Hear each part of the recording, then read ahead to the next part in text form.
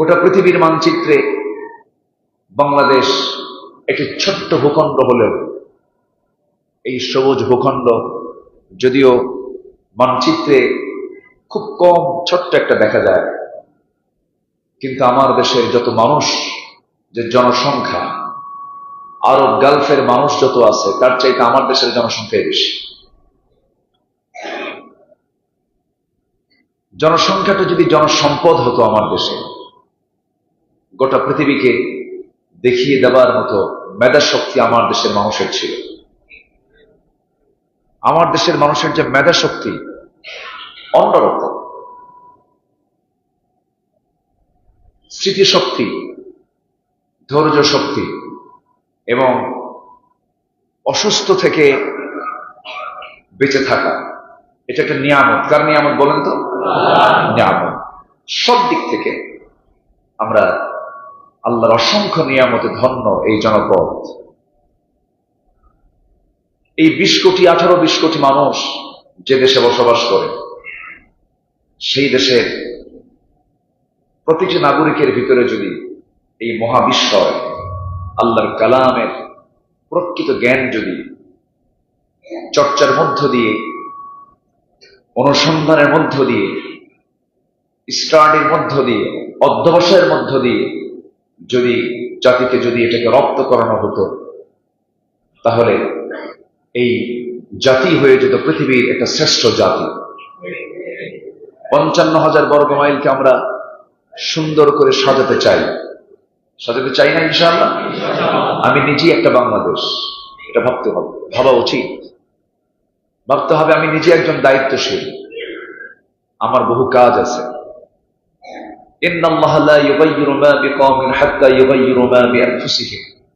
আল্লাহ তাআলা সে জাতির কখনো পরিবর্তন করেন না যতক্ষণ না সে ব্যক্তির নিজে পরিবর্তিত না হয়। এটা কি মোল্লার কথা না আল্লাহর কথা? আল্লাহর কথা। এজন্য এই জীবনের চলার ফাঁকে বিভিন্ন প্রশ্ন উঁকি মেরে আমাকে জানান দেয়। যেরকম চলতে নেই ভাবি আমরা, এই গোটা পৃথিবীর সমগ্র জগৎ সৃষ্টি করেছেন কে, এমন প্রশ্ন কিন্তু আসতেই পারে। আর এটার বলিষ্ঠ জবাব আপনি কোন কিতাব থেকে নেবেন? পৃথিবীর কোন কিতাব আপনাকে সান্ত্বনা দিতে পারবে না। সমগ্র জগতের সৃষ্টিকর্তা কে, এটি নিয়ে যদি আপনি গবেষণা করতে যান, আপনি পৃথিবীর কোন বই থেকে এটার প্রকৃত উত্তর আপনি খুঁজে পাবেন না। প্রকৃত উত্তর খুঁজে পাওয়া যাবে কার নাজিল করা কিতাবে? কার নাজিল করা? আল্লাহ নাজিল করা। ধরুন একটা প্রশ্ন, এই পৃথিবী সৃষ্টি করেছেন কে? এই জবাব কি কোরআনে নাই? আল্লাহ রাব্বুল আলামিন বলেন, আল্লাহু খালিকু কুল্লি শাইইন ওয়া হুয়া আলা কুল্লি শাইইন ওয়াকিল। সূরা জুমার আয়াত নম্বর 62। আল্লাহ রাব্বুল আলামিন বলেন, এই পৃথিবী কেউ সৃষ্টি করেনি, সৃষ্টি করেছেন তিনি কে? আল্লাহ তাআলা। মানুষকে কে সৃষ্টি করেছে?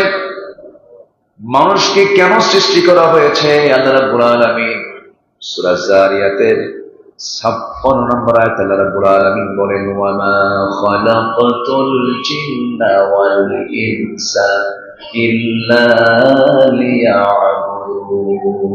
জোরে বলুন আল্লাহু আকবার। নাম্বার 3, এই জীবন এবং মৃত্যু আল্লাহ তাআলা কেন দিয়েছেন? কি জন্য দিয়েছেন? জীবন দিলেন কেন? মৃত্যু দিলেন কেন? আল্লাযী খালাকাল মাউতা ওয়াল হায়াতা লিয়াবলুয়াকুম আইয়ুকুম আহসানু আমালান ওয়া হুয়াল আজিজুল গফুর। জোরে বলুন আল্লাহু আকবার। তিনি জীবন সৃষ্টি করেছেন, মৃত্যু সৃষ্টি করেছেন যেন তিনি বুঝে নিতে পারেন উদ্দেশ্য হলো তোমাদের মধ্যে কোন কোন বান্দাগুলো ভালো ভালো কাজ করতে পারে, নেক কাজ করতে পারে। জীবন মৃত্যু সৃষ্টি করার মূল লক্ষ্য হলো খারাপ কাজ করাটা, ভালো কাজ করা, ভালো কাজ করা। তাহলে জগৎ সৃষ্টির জবাব পেয়ে গেলাম, মানুষ কেন সৃষ্টি করা হয়েছে তার জবাব পেয়ে গেলাম, জীবন মৃত্যু কেন দিয়েছেন তার জবাব পেয়ে গেলাম। নাম্বার 4, এই উপদেশ, তোমার এই উপদেশ সমূহ কারা গ্রহণ করবে? আল্লাহ তাআলা যে উপদেশগুলো দিয়েছেন সবাই কিন্তু উপদেশ গ্রহণ করবে না। উপদেশ গ্রহণ করবে তারাই। সায়াযাক্কারু মান ইয়াখশা। এই কথাগুলো, এই উপদেশগুলো, আমার আল্লাহর বাণীগুলো ওই সমস্ত বান্দাগুলোই সঙ্গে গ্রহণ করবে যে সমস্ত বান্দাগুলো কাউকে না ভয় করে, ভয় করবে কাকে? আল্লাহকে যারা ভয় করবে। নাম্বার 5 হলো, তোমাকে ভয় করে চললে পরে তার প্রতিদান কি, তার পুরস্কারটা কি? সূরা আলে ইমরানের 198 নম্বর আয়াতে মহান রব্বুল আলামিন বলেন, লাকিনাল্লাযীনা তাকাও রাব্বাহুম লাহুম জান্নাতুন তাজরি মিন তাহতিহাল আনহারু খালিদিনা ফিহা নুজুলান মিন ইনদিল্লাহ ওয়া মা ইনদাল্লাহি খায়রাল লিল আবরার। জোরে বলুন আল্লাহু আকবার। আল্লাহর ভয় করলে পরে ওই সমস্ত বান্দার জন্য যার নিজ দিয়ে নহর প্রবাহিত এমন সুন্দর অকল্পনীয় জান্নাত আল্লাহ রাব্বুল আলামিন তাকে দিবেন। আর আল্লাহর পক্ষ থেকে বান্দার জন্য এর চাইতে উত্তম প্রতিদান আর দ্বিতীয়টা হতে পারে না। জোরে বলে সুবহানাল্লাহ। নাম্বার 6 হলো, এই দুনিয়াতে তোমাকে ভয় করে চলতে গেলে তুমি কি কোনো বিপদের সম্মুখীন হবে নাকি? কোরআন তার জবাব দিচ্ছে, وَلَنَبْلُوَنَّكُمْ بِشَيْءٍ مِّنَ الْخَوْفِ وَالْجُوعِ وَنَقْصٍ مِّنَ الْأَمْوَالِ وَالْأَنفُسِ وَالثَّمَرَاتِ وَبَشِّرِ الصَّابِرِينَ। আল্লাহর ভয়, আল্লাহকে মানতে গিয়ে এই পৃথিবীতে ওই সমস্ত বান্দাগুলো অবশ্যই পরীক্ষার সম্মুখীন হবে, বিপদের সম্মুখীন হবে। এই পৃথিবীর সেরা মানুষ আল্লাহর নবীরা। সেরা মানুষ কারা বলেন? আল্লাহর নবীরা। তাদের চাইতে সেরা পৃথিবীতে কেউ আছে নাকি? আসতে বলবেন না, আছে নাকি? এই পৃথিবীতে সবচেয়ে সেরা মানুষ হচ্ছে আল্লাহর নবীরা। এই নবীদের জীবনে সবচেয়ে পরীক্ষা কম আসছে না বেশি আসছে? বেশি আসছে। আশাদ্দুন নাসি বালাউল আনবিয়া ফাল আমসালু সুম্মাল আমসাল। এই পৃথিবীতে সবচেয়ে বেশি বালা মুসিবতের শিকার হয়েছেন হলো নবীরা। কারণ তাদের ঈমানও বড় ছিল, তাদের পরীক্ষাও বড় ছিল। ঈমান যার যত বড় হবে পরীক্ষা তার তত বড় হবে। এটাই হচ্ছে বাস্তবতা। আল্লাহ রাব্বুল আলামিন তার পরীক্ষা যে নিবেন এটার নিশ্চয়তা দিয়ে বলছেন, ওয়ালানাবলুওয়ান্না, অবশ্যই তোমাকে পরীক্ষা করা হবে। আলেম ওলামা যারা আছেন, ওয়ালানাবলুওয়ান্না লামে তাকিদ এবং শেষের নুনে তাকিদ, অবশ্যই তোমাকে পরীক্ষা করা হবে। ঈমান যার যত বড় তার পরীক্ষাও তত বড়। কি দিয়ে পরীক্ষা করা হবে? ভয় দিয়ে পরীক্ষা করা হবে, ক্ষুধা দিয়ে পরীক্ষা করা হবে, জানমাল দিয়ে পরীক্ষা করা হবে, শস্যাদের ক্ষতির দ্বারা পরীক্ষা করা হবে। কি দিয়ে পরীক্ষা হবে সেই সমস্ত মাধ্যমগুলো জানিয়ে দিয়েছেন আমার আল্লাহ তাআলা। নাম্বার 7, তোমার পথে চলতে আমরা বন্ধু হিসেবে কাকে গ্রহণ করব? আমি যখন আল্লাহর পথে টিকে থাকবো আমার বন্ধু কারা হবে? সেই বন্ধু নির্বাচনে ভুল করলে পরে সব কিছু ভুল হয়ে যাবে। ইমানদারের বন্ধু কি চোর বাটপার হতে পারে নাকি? ইমানদারের বন্ধু কি ডাকাত হতে পারে নাকি? ইমানদারের বন্ধু কি মুশরিক হতে পারে নাকি? ইমানদারের বন্ধু কি মুনাফিক হতে পারে নাকি? ইমানদারের বন্ধু কি কাফেররা হতে পারে নাকি?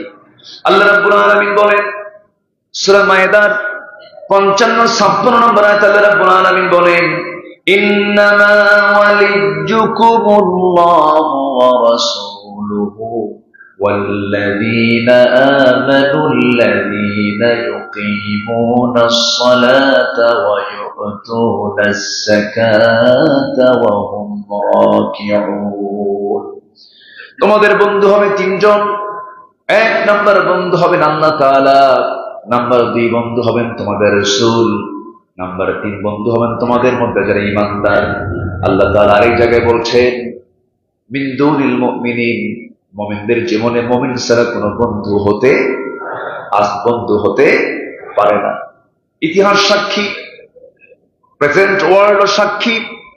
আপনি একটু তাকায় দেখেন ফিলিস্তিনের দিকে, পাশের দেশের দিকে তাকায় দেখেন, ইহুদিরা আগেও শত্রু ছিল, এখনো কি বন্ধু হতে পেরেছে নাকি? বন্ধু কি কোনোদিন হবে নাকি? হবে না। আধুনিক দুনিয়ায় আমরা অনেকেই বলি জ্ঞান বিজ্ঞান চরম উৎকর্ষ সাধনের যুগ। এই পৃথিবীর শুরু থেকে আজ পর্যন্ত সায়েন্স টেকনোলজির যত ডেভেলপ হয়েছে তার বসন্তকাল কিন্তু এখন চলছে। চূড়ান্ত সময়ও যে পাশবিকতা, যে দানবতা, যে অমানবিক হত্যা কাণ্ডগুলো গোটা পৃথিবীতে ঘটাচ্ছে, ওই সমস্ত লোকগুলো বিজ্ঞান থেকে দূরে নাকি? বিজ্ঞান তারা স্পর্শ করেছে, জ্ঞান বিজ্ঞানে তারা কিন্তু পারদর্শী, ঠিক আছে, কিন্তু এই সমস্ত আচরণ করার মূল কারণ হলো তারা সব সহ্য করবে, কিন্তু ইসলাম আর মুসলিমকে কখনো সহ্য করতে পারে না। তাদের সমস্যা হচ্ছে ইসলাম, তাদের সমস্যা হচ্ছে মুসলিম। ইসলাম এবং মুসলিম যেখানে তারা দেখতে পায় সেখানেই তাদের গা জ্বালা যন্ত্রণা করে, পশ্চিমাদের গা জ্বালা যন্ত্রণা করে, ইউরোপের গা জ্বালা যন্ত্রণা করে, কারণ তাদের সভ্যতা, তাদের সংস্কৃতি হচ্ছে সম্পূর্ণ মুসলমানদের। ইসলামের সোজাটা না উল্টাটা? উল্টাটা। ইসলাম যেরকম নারীকে ঢাকতে বলেছে, ইসলামের সৌন্দর্য হলো নারীরা ঢেকে চলবে। আইয়ুদনিনা আলাইহিন্না মিন জালাবিবিহিন্না, তারা প্রশস্ত কাপড় পরে তাদের চামড়াকে ঢাকবে। মুসলমানদের কালচার হলো চামড়া ঢেকে চলা, পর্দার সহিত মেনে চলা, সতর ঢেকে ফেলা।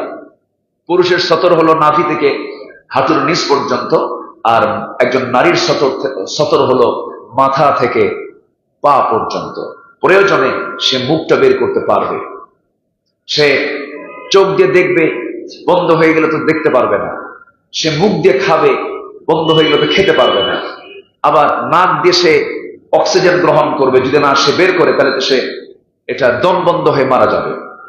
তিনটা এসেনশিয়াল, চোখ, নাক এবং মুখ, এটা এই জাস্ট এই মুখমণ্ডলের সাথে জড়িত। এজন্য ইসলাম যদিও মুখটাকে সতরের আওতা মুক্ত রেখেছে, কিন্তু face is the index of mind. গোটা দেহের রাজধানী হলো চেহারা। চেহারায় একটা নারীর প্রতি আকৃষ্ট হয় পুরুষ, চেহারায় আগে না অন্য কিছুতে আগে? আগে চেহারায় কিন্তু আকৃষ্ট হয়। তো ফিতনার যদি আশঙ্কা হয় সে সময় মুখটা ঢেকে ফেলাই উত্তম। এটা অধিকাংশ ওলামা, অধিকাংশ আলেম ওলামাদের মত এটাই, কিন্তু এটাকে আপনি সতরের আওতাভুক্ত বলতে পারবেন না। কিন্তু ঢেকে ফেলাটাই ফিতনা থেকে বাঁচার একমাত্র মাধ্যম। তাহলে যেখানে ইসলাম বলছে তোমরা ঢেকে চলো, তোমরা পর্দার বিধানটাকে মেনে চলো, ইসলাম এতটুকুই সতর্ক করেছে মেয়েদের যে ভিতরের যে পোশাক, এই পোশাকটাও পরপুরুষের চোখে পড়বে এমন জায়গায় সে কাপড়টাও নেড়ে দেওয়া ঠিক না, জায়েজ নেই। ইসলাম এতটুকু সতর্ক করে দিয়েছে। তাহলে পশ্চিমাদের মধ্যে কি এমন সভ্যতা আছে? আসতে বলবেন না আছে? আমাদের সঙ্গে তাদের একটা দ্বন্দ্ব হবেই, এতে কোনো সন্দেহ আছে? যদি আজকে পর্দার বিধান যদি চালু হয়ে যায়, ওদের বড় বড় বেহায়াপনার বিজনেস বন্ধ হয়ে যাবে, ওদের অশ্লীল নাটক বন্ধ হয়ে যাবে, ফিল্ম ইন্ডাস্ট্রিজ বন্ধ হয়ে যাবে, ওদের ব্যবসায় ভাটা পড়বে, ওদের মদের বোতল বন্ধ হয়ে যাবে। এই যে crore crore dollar, million billion dollar তাদের যে বাৎসরিক যে ইনকাম, সেই ইনকাম থেকে তারা বঞ্চিত হোক, এমন কাজ কি তারা কখনো মেনে নেবে? অতএব তারা কি ইসলাম এবং মুসলমানদের পক্ষে কাজ করতে পারে? এই জন্য মুসলমানদের বন্ধু কখনো অন্য ধর্মের মানুষ হতে পারে না। অনেকগুলো কারণ আছে, এর মধ্যে জাস্ট শর্ট করে আমি একটা অংশ বলে ফেললাম। একটা লিস্ট আছে, গোটা পৃথিবীতে বড় বড় ব্যবসা। আমি আজকে সময় পাবো না, আমি মূল লক্ষ্যে আমি যেতে পারবো না, আমি পরবর্তী জুম্মায় যদি সুযোগ হয় আমি বলবো। পশ্চিমাদের সঙ্গে মুসলমানদের দ্বন্দ্বের মূল কারণগুলোকে, ফিনান্সিয়াল দিক থেকে ওরা দেউলিয়া হয়ে পড়বে। ওদের সবচেয়ে বড় অস্ত্র হলো মদ, ওদের সবচেয়ে বড় অস্ত্র হলো বেহায়াপনা, জেনা ব্যভিচার। ইসলাম কায়েম হলে সব বন্ধ হয়ে যাবে। সেই স্বার্থে ইসলাম এবং মুসলমানকে তারা কখনো সহ্য করতে পারবে না, এটা মাথায় রাখতে হবে সম্মানিত ভাইরা। তাহলে আমার বন্ধু হবে একমাত্র আমার মুসলিম ভাইরে আমার বন্ধু হবে। দিন শেষে অমুসলিম ইসলাম বিরোধী শক্তি আমার আপনার কখনো দিলের বন্ধু কখনো হতে পারে। তবে হ্যাঁ, আমি মানবিক হব, অমানবিক হব না। ইহুদি বলে আমি তাকে ঘৃণা করব তা নয়, আমি খ্রিস্টান বলে আমি তাকে ঘৃণা করব তা নয়। আমার কাজ হলো আমার উত্তম চরিত্র দিয়ে তাদেরকে উপস্থাপন করা, আমার উত্তম চরিত্রের মধ্য দিয়ে তাদেরকে আকৃষ্ট করা। গোটা পৃথিবীতে শ্রেষ্ঠ জাতি কারা? মুসলমান। বলেন, শ্রেষ্ঠ জাতি কারা? আচ্ছা, শ্রেষ্ঠ জাতি যদি মুসলমান হয়, তার শ্রেষ্ঠ চরিত্র হতে হবে কাদের? মুসলমানকে মডেল হতে হবে। মুসলমানের কথা, মুসলমানদের জবান, মুসলমানদের চলা, মুসলমানদের চরিত্র গোটা পৃথিবী মডেল হিসেবে উপস্থাপন করতে হবে। গোটা পৃথিবী জয় করতে হলে সবার আগে নিজের চরিত্রকে আগে সুন্দর বানাতে হবে মুসলমান, তাহলে পৃথিবী জয় করা সম্ভব। আমার নবীজি মক্কা বিজয়ের দিন যে মক্কার মানুষগুলো, কওমের লোকগুলো রাসূলকে ঘাড় ধাক্কা দিয়ে বের করে দিয়েছিল, মক্কায় ঢুকে রাসূল বললেন, আজকের দিনে আমি প্রতিশোধ দিতে আসিনি, আমি সবাইকে মাফ করে দিলাম। জোরে বলি সুবহানাল্লাহ। মাফ করে দেওয়ার এই মানসিকতা একমাত্র ইমানদার রাখে। আমার কথা কি ক্লিয়ার? মাফ করে দেওয়ার এই মানসিকতা একমাত্র কে রাখে? ইমানদার রাখে। ইমানদার ছাড়া মাফ করে দেওয়ার মানসিকতা মানুষের মধ্যে নেই। মানুষ তো জিদ্দি, মানুষ তো ত্বরাপ্রবণ, মানুষ তো প্রতিশোধ পরায়ণ, মানুষের যে বাস্তব যে নেচার। কিন্তু এই নেচার গুলোকে চেঞ্জ করতে হলে চেঞ্জ হবে একমাত্র ইমানের মাধ্যম দিয়ে। কি দিয়ে বলেন তো? ইমানের মাধ্যম দিয়ে। সম্মানিত ভাইয়েরা, আমার নবীজি মক্কা বিজয় করলেন, 10 বছর পর তিনি তার জন্মভূমিতে ঢুকলেন, বললেন আমি সবাইকে মাফ করে দিলাম। মাফ করে দিয়ে উনি নিজেকে আত্মগোপন করে ফেললেন, নিজের পরিচয় আড়াল করলেন, আত্মগোপন আড়াল করলেন। আড়াল করে ভাবতেছেন দেখি কার কোন সমস্যাগুলো আছে, কার কোন প্রবলেম গুলো আছে। হঠাৎ করে তার চোখে দৃষ্টিগোচর হলো চামড়া ভাঁজ হয়ে যাওয়া একজন বয়স্ক নারীর মাথার উপরে সে নিয়েছে বেশ কিছু বড় একটা গাঠি, একটা বোঝা মাথায় নিয়ে সে পিছনে একবার তাকায় আর সামনে যায়, পিছনে একবার তাকায় আর সামনে যায়। আমার নবী যেটা অবলোকন করি বলেন, মহিলা, বুড়িমা, আপনার কি প্রবলেম বলেন তো? কে বাবা, মুহাম্মদ এবং মুহাম্মদের লোক মক্কায় ঢুকছে, শেষ করে ফেলবে। কারে করে? কারে বলতেছে? রাসূলকে বলতেছে। আমার রাসূল বলেন, তাই সব শেষ করে ফেলবে? হ্যাঁ, সব শেষ করে ফেলবে। তাহলে এখন কি করবেন আপনি? আমি চলে যাচ্ছি, আমি মক্কা ছেড়ে আমি গ্রামের দিকে চলে যাচ্ছি। মক্কা তো রাজধানী। মক্কা কি? এই পৃথিবীর সবচেয়ে দামি জায়গায় জন্ম নিয়েছেন মুহাম্মদ সাল্লাল্লাহু আলাইহি ওয়াসাল্লাম। আজও প্রেজেন্ট ওয়ার্ল্ডের সবচেয়ে দামি জায়গা কোনটা? মক্কা মুকাররমা। পৃথিবীর সবচেয়ে বড় কনস্ট্রাকশন মক্কা। পৃথিবীতে যত কনস্ট্রাকশন আছে, পৃথিবীতে যত বিল্ডিং আছে, যত আপনার বড় বিল্ডিং দেখেন, সবচেয়ে বড় কনস্ট্রাকশন হচ্ছে আল মক্কাতুল মুকাররমা। আল্লাহু আকবার। আমেরিকাতে নাই, জার্মানিতে নাই, ইউরোপে নাই, কোথাও নাই। মক্কা মুকাররমার যে কনস্ট্রাকশন, সবচেয়ে বড় কনস্ট্রাকশন, এখনো চলমান আছে। তো সেই জায়গার সবচেয়ে কাছের বাসিন্দা হচ্ছেন মুহাম্মদ সাল্লাল্লাহু আলাইহি ওয়াসাল্লাম। রাসূলকে বের করে দেওয়া হয়। রাসূল সেই ঢুকলেন, সব গ্রামের দিকে চলে যাচ্ছে। বুড়ি মহিলাকে বলেন, মা, কষ্ট যদি হয় একটু আমি বলি কি, টোপলাটা আমারে দেন, গাঠটিটা আমারে দেন। বিশ্বনবী বলতেছেন, চিন্তা করেন। নিজের মাথায় নিয়ে গন্তব্যে পৌঁছায় দিলেন। গন্তব্যে পৌঁছায় দিয়া আমার নবী যে সেই জায়গা থেকে ফেরত আসতেছিলেন, এমন সময় বুড়ি মহিলা আস্তে করে ডাক দিয়ে বলছে, তোমার পরিচয় না পাওয়া পর্যন্ত আমি তোমারে ছাড়বো না। সঙ্গে সঙ্গে রাসূল বলছেন মুসকি হাসি মেরে, আপনি যে পুরুষ, আপনি যে লোকটার জন্য ভয়ে থরথর করে কাঁপতে কাঁপতে মক্কা ছেড়ে গ্রামে আসলেন, সেই যুবক হলাম আমি, যুবক মুহাম্মদ। আল্লাহু আকবার। মহিলার বুঝতে দেরি হলো না, মহিলা কালিমা পরে মুসলমান হয়ে গেছে। আমার ভাইয়েরা, ইসলাম বিজয় হবে শুধু অস্ত্র দিয়ে নয়, ইসলাম বিজয় হবে শুধু জনসংখ্যা দিয়ে নয়। ইসলাম বিজয় এসেছে যুগে যুগে উত্তম চরিত্র ইমানের মধ্য দিয়া, জোরে কোন ঠিক কিনা? এই জন্য নিজের আত্মসংশোধন করার দরকার, সবার আগে না সবার পরে? সবার আগে না সবার পরে? নিজ নিজ জায়গা থেকে আমরা যদি সচেতন হই, কোন ষড়যন্ত্র করে আমাদেরকে ক্ষতি সাধন করতে পারবে না। আমরা নিজ নিজ জায়গা থেকে আমরা সচেতন হব, জোরে বলি ইনশাআল্লাহ। আচ্ছা, তো নাম্বার 8 হচ্ছে, যদি চলার পথে কোনো ভুল করি, ভুল হয় কিনা বলেন? আসতে বলবেন না, ভুল হয় কিনা বলেন? ভুল হয়। মাফ চেয়ে নেবো কার কাছে? আল্লাহর কাছে। সেই সুযোগ দিয়েছেন কে? আল্লাহ তাআলা। ভুল হবে আমার, মাফ করবেন কে? সে ভুলের কিন্তু একটা মাত্রা আছে, সেই ভুলটা হতে হবে মানে মাফ করার মতো ভুল। আপনি একজনের থাপ্পড় মারছেন, তার বিরুদ্ধে কি ফাঁসির রায় দেবে? না। আর আপনি একজনকে খুন করছেন, কি হবে? তাহলে অপরাধ তো দুইটাই, কিন্তু দুই অপরাধের শাস্তি কি একরকম না ভিন্ন রকম? ভিন্ন রকম। কিছু কিছু ভুল আছে, যে ভুলগুলো আল্লাহ রাব্বুল আলামিন মাফ করে দিবেন। মহান রাব্বুল আলামিন এত সুন্দর আশাব্যঞ্জক আয়াত দিয়েছেন। গোটা কোরআনের বা থেকে শুরু করে নিয়ে সিন পর্যন্ত যত আয়াত আছে, এর মধ্যে সবচাইতে আশা সঞ্চার করে একটা আয়াত সূরা জুমার, মুখস্থ রাখবেন। সূরা জুমারের 53 নম্বর আয়াত আল্লাহ রাব্বুল আলামিন বলেন, قل يا عبادي الذين أسرفوا على أنفسهم لا تقنطوا من رحمة الله إن الله يغفر الذنوب جميعا জোরে বলুন আল্লাহু আকবার।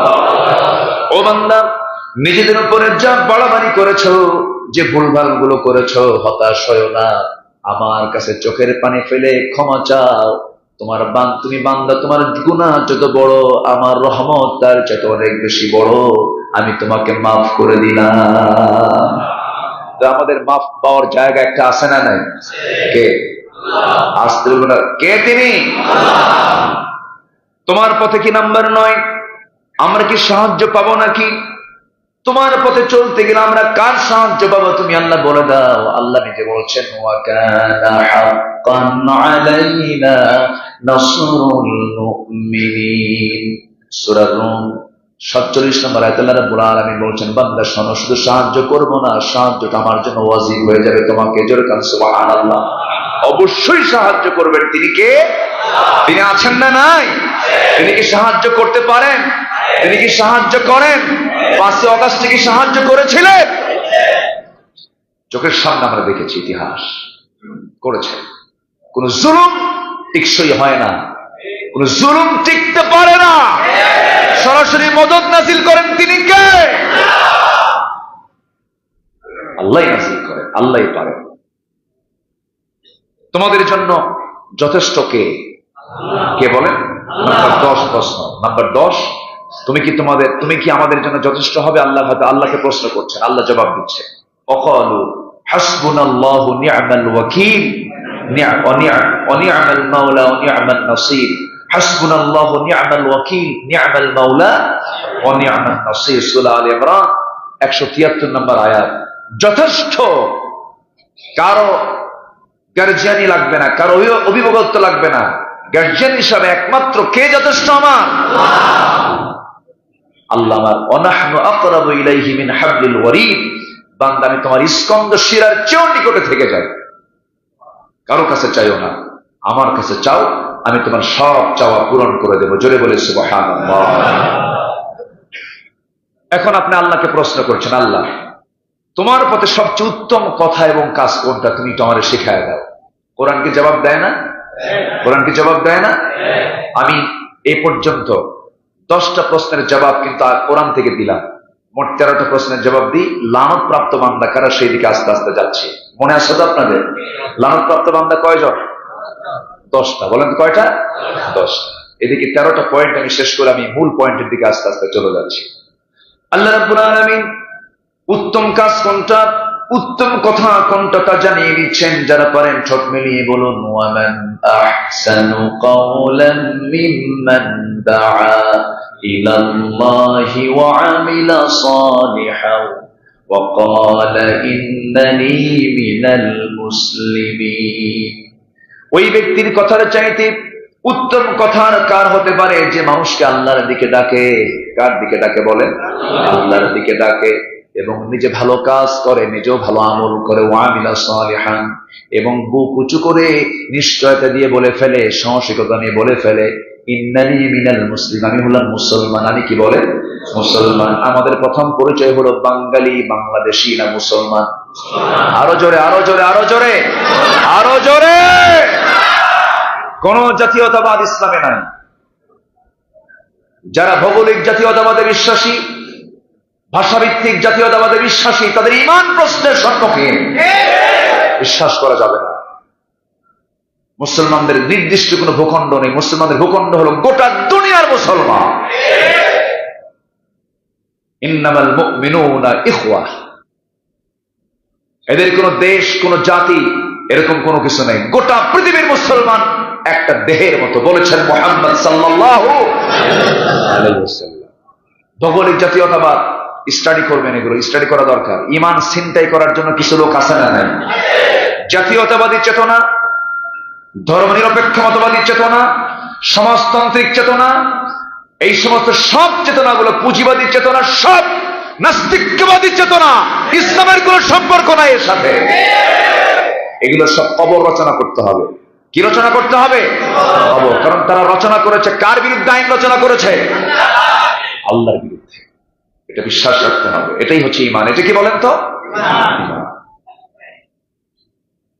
নাম্বার 12, এরপরেও যদি কেউ তোমার অবাধ্য হয়, আনুগত্য না করে, তাহলে তার জন্য তোমার কি ফায়সালা? আল্লাহকে আপনি প্রশ্ন করছেন। যদি কেউ আল্লাহকে না মানে, রাসূলকে না মানে, কিতাবকে না মানে, আল্লাহর আইনকে, বিধানকে, কানুনকে না মানে, ফৌজদারি দণ্ডবিধিকে না মানে, চুরি, হত্যা, খুন, এটার শাস্তি ইসলাম দিতে পারে, এটাকে যদি না মানে, তাহলে এরপরে তাদের ব্যাপারে তোমার কি ফায়সালা আল্লাহ তুমি বলো তো। আল্লাহ তাআলা সূরা নিসা 14 নম্বর আয়াতে তা ক্লিয়ার করে বলেছেন। আল্লাহ রাব্বুল আলামিন বলেন, وَمَن يَعْصِ اللَّهَ وَرَسُولَهُ وَيَتَعَدَّ حُدُودَهُ يُدْخِلْهُ نَارًا خَالِدًا فِيهَا وَلَهُ عَذَابٌ مُهِينٌ। জোরে বলুন আল্লাহু আকবার। এরপরেও যারা আল্লাহ এবং রাসূলের সঙ্গে যারা নাফরমানি করবে, ওয়ায়াতাআদ্দা হুদুদাহু, সীমা লঙ্ঘন যারা করবে, আল্লাহ রাব্বুল আলামিন বলছেন আমি তাকে স্থায়ী জাহান্নাম দিয়ে দেব এবং মারাত্মক অপমানজনক আযাব তাকে আমি স্পর্শ করাবো। সে জাহান্নামের বাসিন্দা হয়ে যাবে। কার কথা? আসতে বলবেন না, কার কথা? আল্লাহর কথা। আমি গতকালকে এই আয়াতের উপরে, সূরা নিসা 14 নম্বর আয়াতের উপরে গতকাল আমার মাহফিল ছিল হলো। গোটা চট্টগ্রাম শুধু নয়, আমি গোটা দেশেই গিয়েছি। 19 দিন ব্যাপী একটি সিরাত মাহফিল হয় চুনতিতে, চট্টগ্রামের লোহাগাড়া। 19 দিন ব্যাপী এই বিশাল এই মাহফিলের গতকাল ছিল হলো 13তম দিন। তারা আমাকে তাদের মাহফিলে নিতে চায় 2013 সাল থেকে। আজকে 2024-এ তাদের সে আশা পূরণ হলো। আমাকে তারা দাওয়াত দিতে চায়, কিন্তু নিতে পারে না। কেন নিতে পারে না? কিছু বাতিল শক্তি তারা চায় না হক কথা সমাজে প্রচার হোক। এমন অপশক্তি 10 বছর ধরে ডিস্টার্ব করেছে। লোহাগাড়ায় চট্টগ্রামে ঢুকতে পারেনি 10 বছর, সাতকে নিয়ে যেতে পারিনি, কুমিল্লার 14 গ্রাম যেতে পারিনি, সাতক্ষীরায় যেতে পারিনি। পাবনায় 2014 সালে একটা গন্ডগোল সৃষ্টি হয়েছিল, সেখান থেকে 2024 সাল পর্যন্ত 10 বছর ঢুকতে দেওয়া হয়নি। কোরআন প্রচারে যারা বাধা সৃষ্টি করে, এদের চাইতে বড় জালিম আর পৃথিবীর কেউ হতে পারে না। সম্মানিত ভাইরা, আমরা একটি অনুকূল পরিবেশ ফিরে পেয়েছি কোরআন শোনার, বোঝার, স্টাডি করার। আমরা এটাকে কাজে লাগাবো। জোরে বলি ইনশাআল্লাহ। আমরা সবাই একদিন হয়ে যাব কার মেহমান? তো মেহমান হয়ে গেলে আল্লাহ যেন মেহমানদারি করতে পারেন এমন যোগ্যতা হাসিল করার দরকার আছে না নাই? আপনার 5 নাম্বারই নাই। আপনি 5 যে নেবেন, আপনি আল্লাহর সঙ্গে যে সাক্ষাৎ করবেন, আল্লাহ তো বলে দিচ্ছেন শর্ত হলো আমার সঙ্গে সাক্ষাৎ করবি। শর্ত আছে। সূরা কাহাফ পড়। শুক্রবারের সূরা হলো কি? সূরা কাহাফ। সূরা কাহাফটা পড়ো। শেষ দিকে আমি আল্লাহ তাআলা কি বলেছি? আল্লাহ তাআলা বলছেন, ফামান কানা ইয়ারজু লিকাআ রাব্বিহি ফালইআমাল আমালান সালিহান ولا يشرك بعبادة ربه أحدا জোরে বলুন আল্লাহু আকবার। যে বান্দা আমার সঙ্গে সাক্ষাৎ করতে চায়, সাক্ষাৎ করার শর্ত হলো সব শিরকিয়াতের গন্ধগুলো দূর করে ফেলো, ঈমানটাকে মজবুত করো, নেক আমলে নিজের জীবনটা মজবুত করে ফেলো। যার জীবনে সুন্দর চরিত্র আছে, সুন্দর চরিত্রের ওজনটা সবচেয়ে বেশি হবে। فَمَن يَعْمَلْ مِثْقَالَ ذَرَّةٍ خَيْرًا يَرَهُ সেই দিন যাররা পরিমাণ সবকিছু হিসাব কিতাব হয়ে যাবে। আল্লাহ রাব্বুল আলামিন সেই দিন অনুপরিমাণ ভালো কাজ করলো, বান্দার সেই প্রাপ্তি সেদিন সে পেয়ে যাবে। আমার বন্ধুগণ, সেই দিন যে ওজন করা হবে, আমলগুলো ওজন করা হবে, এর মধ্যে সবচেয়ে বেশি ভারী ওজন হবে হলো উত্তম চরিত্রের। উত্তম চরিত্রের ওজনটাই সবচেয়ে বেশি ভারী হয়ে যাবে। এই জন্য আমাদের সবচেয়ে বড় অর্জন হলো আমরা উত্তম চরিত্র অর্জন করবো। জোরে বলি ইনশাআল্লাহ। জেনা থেকে দূরে থাকবো, নেশা থেকে দূরে থাকবো, চোখটাকে হেফাজত করব, হাতটাকে হেফাজত করব, পাটাকে হেফাজত করব। শয়তান ঈমানকে ছোঁয়া মেরে নেওয়ার জন্য চতুর্মুখী মাধ্যম ছড়িয়ে রেখেছে কিনা বলেন? এগুলো থেকে বাঁচার চেষ্টা করতে হবে আমার বন্ধুগণ। এবার আল্লাহ তাআলা সর্বশেষ আমরা যদি প্রশ্ন করি, আল্লাহ কোন কোন গুণ অর্জন করতে পারলে তোমার জান্নাত আমরা পেয়ে যাব, কোরআন জবাব মনে হয় দেয় নাই। এক জায়গায় দিয়েছে না বহু জায়গায় দিয়েছে? বহু জায়গায় দিয়েছে, ঘন্টার পরে ঘন্টা লেগে যাবে। আল্লাহ রাব্বুল আলামিন সূরা মুমিনুনের প্রথম দিকের ৮-১০টা আয়াত দিয়েছেন। গোটা কোরআন বাদ দিয়ে যদি কোনো বান্দা যদি সূরা মুমিনুনের প্রথম 10টা আয়াত ফলো করে, জান্নাত যাওয়ার জন্য কিচ্ছু লাগবে না, এই 10টা আয়াত নিয়ে সে আল্লাহর জান্নাতে চলে যাবে। قد أفلح المؤمنون الذين هم في صلاتهم خاشعون والذين هم عن اللغو معرضون والذين هم للزكاة فاعلون والذين هم لفروجهم حافظون জোরে বলুন আল্লাহু আকবার। নামাজটা কন্টিনিউ করবি, নামাজটা মনোযোগের সঙ্গে আদায় করবে, জিহবার লাগাম টেনে ধরবে, এরপরে লজ্জাস্থানের হেফাজত করবে। আমার বন্ধুগণ, এরপরে কি করবে? আমানত ঠিক রাখবে, ওয়াদা ঠিক রাখবে, নামাজটা সুন্দর করে আদায় করবে। আল্লাহ বলছেন আমি তাকে জান্নাতের চাবি তুলে দেবো। জোরে বলুন সুবহানাল্লাহ। সম্মানিত ভাইয়েরা, কিন্তু আমানতের তো খেয়ানত হয়। মুরিদের হক পীর আদায় করে না, রোগীর হক চিকিৎসক আদায় করে না। কি আমি কি ভুল বলছি? আমি কি ভুল বলছি? প্রত্যেকটা জায়গায় হক লঙ্ঘিত গুনাহ আছে না নাই? ইমানদার কি হক লঙ্ঘিত গুনাহ করতে পারে? সম্মানিত ভাইয়েরা, আমরা আমাদের আমলগুলোকে নেক আমলে রূপ দেব। জোরে বলি ইনশাআল্লাহ। সমস্ত আমলগুলো যদি ভুল হয়, এগুলোকে কারেকশন করে সঠিক আমলের দিকে আমরা এগিয়ে যাব। জোরে বলি ইনশাআল্লাহ। এত সিজার হয়, সিজারের সংখ্যা এখন কম না বেশি বলেন তো? বাচ্চা পেটে আসা মানে 1 লক্ষ টাকা হাতে নিতে হবে। হসপিটালে ঢুকলেই কোনো কথা নাই, কসাই একটা আছে, কসাইগিরি করে একটা রিপোর্ট বের করে বলবে যে সিজার ছাড়া কোনো উপায়। আচ্ছা, ওখান তো মানুষ ছাড়া কোনো প্রাণীর কি সিজার হয়? জন্ম পদ্ধতি তো সব মাখলুকের মধ্যেই আছে, মানুষ ছাড়া যত প্রাণী আছে কোন মাখলুকের কি কোনো সিজার হয়? কে করে? কে করে দিয়েছেন? আল্লাহ।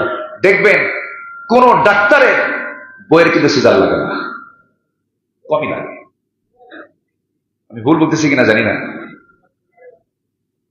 তারপরে ডাক্তারের বইয়ের সিজার লাগে না, হুজুরের বাড়িতে মিলাদ হয় না। কি কথা কি বুঝতেছেন আপনারা? হুজুরের বাড়ি কিন্তু মিলাদ হয় না, কিন্তু জানে যে এই মিলাদ দিয়ে কি হবে, এটা হুজুর জানে, জন্য নিজে মিলাদ করায়। নাম্বার 3 হলো পীরের বউ কখনো পীরের মুরিদ হয় না, কারণ জানে আমার পীর কত নাম্বার লজ্জা। কথা কি বোঝা গেল?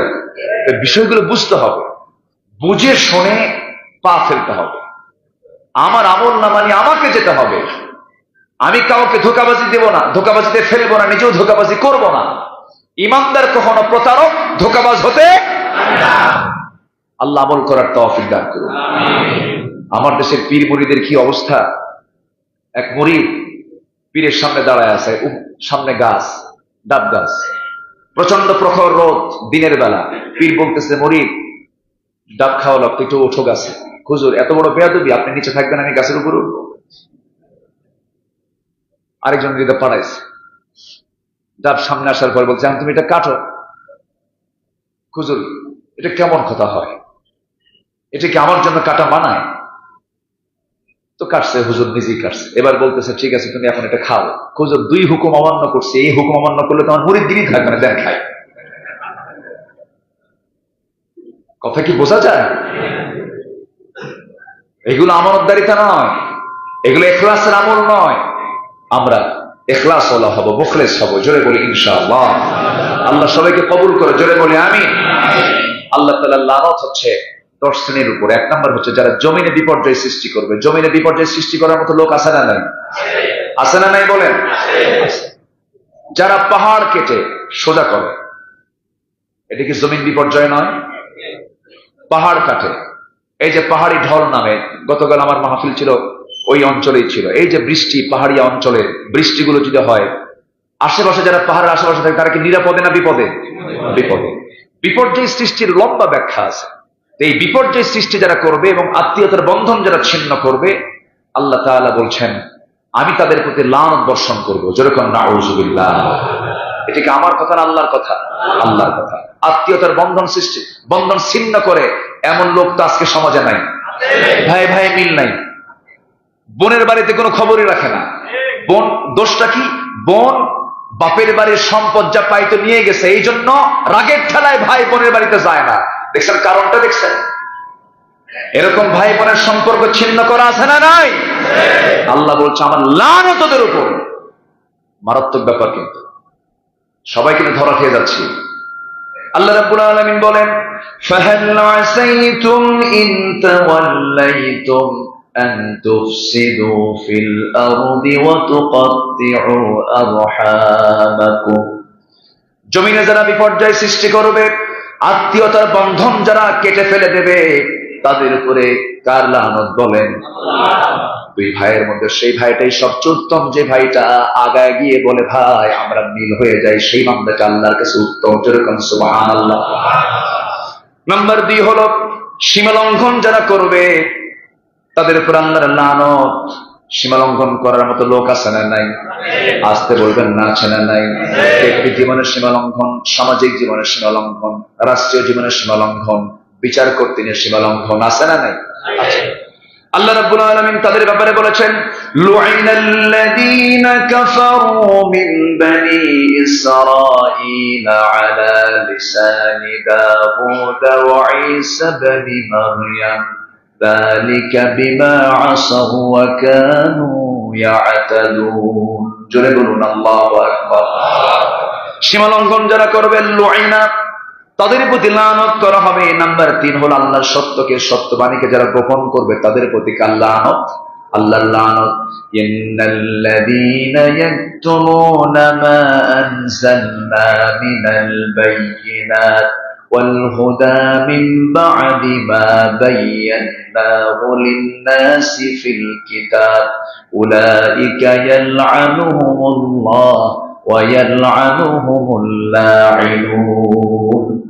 যারা আমার আয়াতকে যারা গোপন করবে, লুকোচুরি করে আমার আয়াতকে যারা তাদের পছন্দ মতো গ্রহণ করবে আবার বাদ দিয়ে দেবে, যারা আড়াল করবে, আল্লাহ বলছেন তাদের উপরে সোজা আমি আল্লাহ আমার লানত।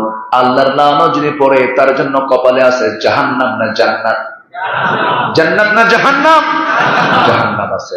নাম্বার 4, বিনা কারণে যারা মুমিনদেরকে হত্যা করবে, ومن يقتل مؤمنا متعمدا فجزاؤه جهنم خالدا فيها وغضب الله عليه ولعنه وعد له عذابا عظيما। সূরা নিসা 13 নম্বর আয়াত। যারা ইচ্ছা করে কোন মুমিনকে যারা হত্যা করবে, আল্লাহ রাব্বুল আলামিন বলছেন তাদের জাযা হলো জাহান্নাম। তাদের উপর আল্লাহর লানত, আল্লাহর ক্রোধ তাদের উপর বর্ষণ হবে, তাদের জন্য মহাশাস্তি বরাদ্দ আছে। কার কথা? আল্লাহর কথা। আজকে মুমিনদেরকে হত্যা আছে না নাই বলেন? আছে না নাই? আছে। নাম্বার 5 হলো মুনাফিক কাফিরদের উপর আল্লাহর লানত। যারা মুনাফিক হবে এবং কাফের হবে তাদের উপরে কার লানত? আল্লাহর লানত। আল্লাহ রাব্বুল আলামিন বলেন, وعد الله المنافقين والمنافقات والكفار نار جهنم خالدين فيها هي حسبهم ولعنهم الله ولهم عذاب مقيم। যারা মুনাফিক হবে, যারা কাফের হবে, তাদের উপর আল্লাহ তাআলা লানত বর্ষণ করেন।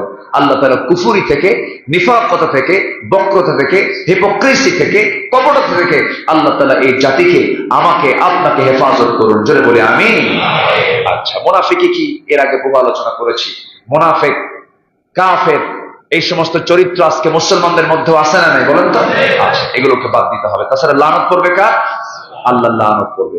কুফরি এবং কাফের অবস্থায় মৃত্যুবরণ করলে আল্লাহ তাআলা তাদের উপর আল্লাহ তাআলা লানত তিনি নাযিল করবেন।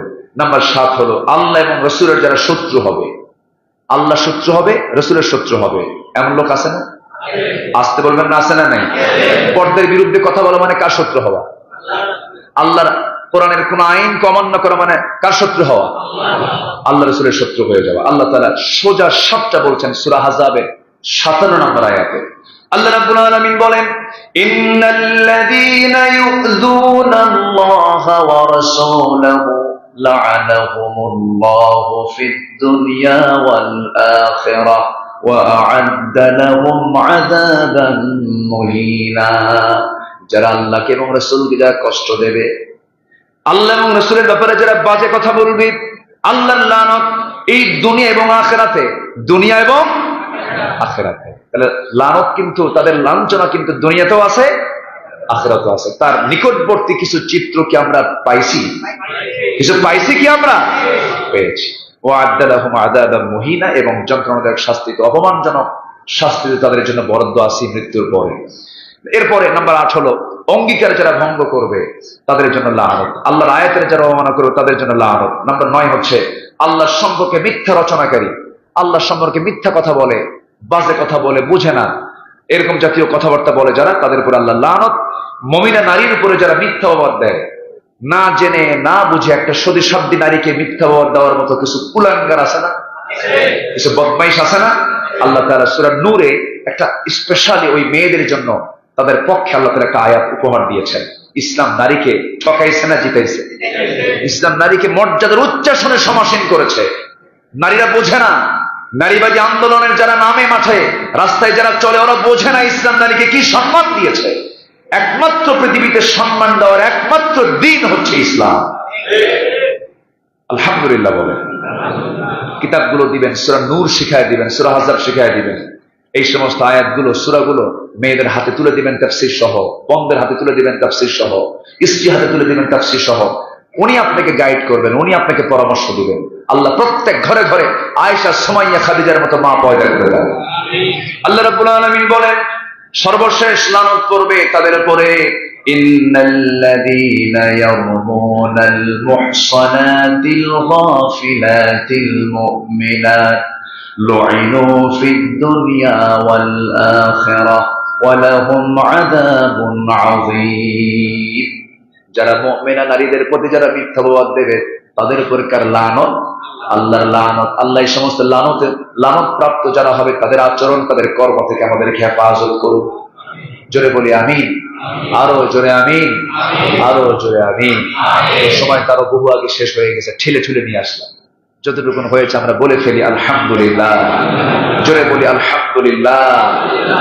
অনেক সচেতন আপনারা। আমি শ্রোতাদের, মুসল্লিদের চোখের দিকে তাকালে আমি বুঝি আপনাদের পালস একটু হলেও তো বোঝার ক্ষমতা এই 12-13 বছরে আল্লাহ তাআলা আমাকে দিয়েছেন। তো আল্লাহ তাআলা আপনাদের সমস্ত সেন্সকে, অনুভূতিকে ইসলামমুখী বানায় দেন, কোরআনমুখী বানায় দেন, দিলের ফিকিরের সাথে আল্লাহর জিকিরটা যুক্ত করে দেন। জোরে বলি আল্লাহুম্মা আমিন। দিলের ফিকিরে কার জিকির? আল্লাহর জিকিরকে আল্লাহ তাআলা সংযুক্ত করে দেন। সবাইকে আল্লাহওয়ালা বানান, সবাইকে নবীওয়ালা বানান, সবাইকে কোরআনওয়ালা বানান, সবাইকে দ্বীনওয়ালা বানান, সবাইকে দরদি মন বানান, সবাইকে হিংসা মুক্ত মন বানান।